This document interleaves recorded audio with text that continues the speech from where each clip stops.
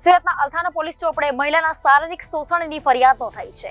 ભોગ બનનાર મહિલાએ અલથાણ પોલીસ મથકમાં નોંધાવેલી ફરિયાદ મુજબ વર્ષ 2017માં તે સુરતના ગોરધોડ રોડ ખાતે રહેતા અને ટેક્સટાઇલના વ્યવસાય સાથે સંકળાયેલા મિતેશ સંપતલાલ જૈનના સંપર્કમાં આવી હતી. બંને એકબીજાને પરિચયમાં આવ્યા હતા. બાદ વેપારીએ માર્કેટના ફોટોશૂટ માટે તેને ઓફર કરી હતી. બાદમાં ફોટોશૂટ દરમિયાન બંને વચ્ચે મિત્રતા કેળવાઈ હતી. ફોટોશૂટ કરાવવાના બહાને સુરતના ડુમસ રોડ પર આવેલા હોટેલ સહિત ગોવા તેમજ અન્ય રાજ્યની હોટલમાં લઈ જઈ શારીરિક શોષણ કર્યું હતું.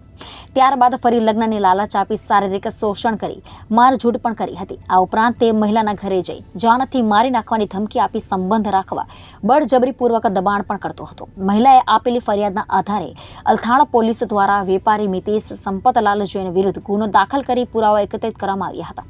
પોલીસે મિતેશ જૈનની ધરપકડ કરી વધુ તપાસ હાથ ધરી છે. અલથાણ પોલીસ સ્ટેશનમાં ગઈકાલે એક ગુનો રજીસ્ટર કરવામાં આવેલ છે, જેમાં એક યુવાન દ્વારા એક મહિલાનું શારીરિક શોષણ કરવામાં આવતું હતું. જે બાબતે તેણે રજૂઆત કરતા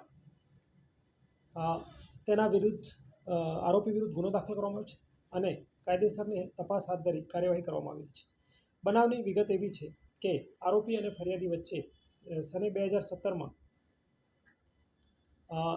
પરિચય થયેલો અને આરોપી ટેક્સટાઇલના વ્યવસાય સાથે સંકળાયેલો હોય ટેક્સટાઇલની જાહેરાત માટે ફોટોશૂટ કરવાની બાબતે તેમનો મળવાનું થયેલું અને ત્યારબાદ આરોપી અને ફરિયાદી એકબીજાના પરિચયમાં આવતા સંબંધ કેળવાયેલો અને સને 2020થી આરોપી અને ફરિયાદી સાથે શારીરિક સંબંધ બંધાયેલો.